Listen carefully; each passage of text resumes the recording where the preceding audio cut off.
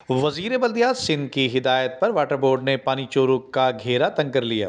کے D anti theft cell اور کے D civil one water board کا پولیس کے ہمراہ پانی چوروں کے خلاف گرینڈ آپریشن کیا گیا۔ اس حوالے سے چیف انجینئر واٹر بورڈ کا کہنا تھا کہ جنجال گوٹ ڈسٹرکٹ ویسٹ اور مولا احمد علی گوٹ ایسٹ میں پانی چوروں کے خلاف بڑی کارروائی کی گئی ہے۔ انچارج اینٹی تھیفٹ سیل نے بتایا کہ ملزمان کے خلاف گلشن معمار اور سائٹ سپر ہائی وے تھانے میں مقدمہ درج کروا دیا گیا ہے، جبکہ اس حوالے سے واٹر بورڈ انجینئر سید صلاح الدین احمد کا کہنا ہے کہ بلک رائزنگ میں 48 قطر PRRC لائن سے 20 غیر قانونی کنکشن بھی منقطع کر دیے گئے ہیں۔ انجینئر سید صلاح الدین نے بتایا کہ سینکڑوں فٹ پائپس، والز اور دیگر آلات قبضے میں لے لیے گئے ہیں، جبکہ ملوث ملزمان پانی چوری کر کے شہر کے مختلف علاقوں میں مہنگے داموں فروخت کیا کرتے تھے۔ اس حوالے سے chief operating officer water board engineer Asad Ullah Khan کا کہنا ہے کہ پانی چوروں میں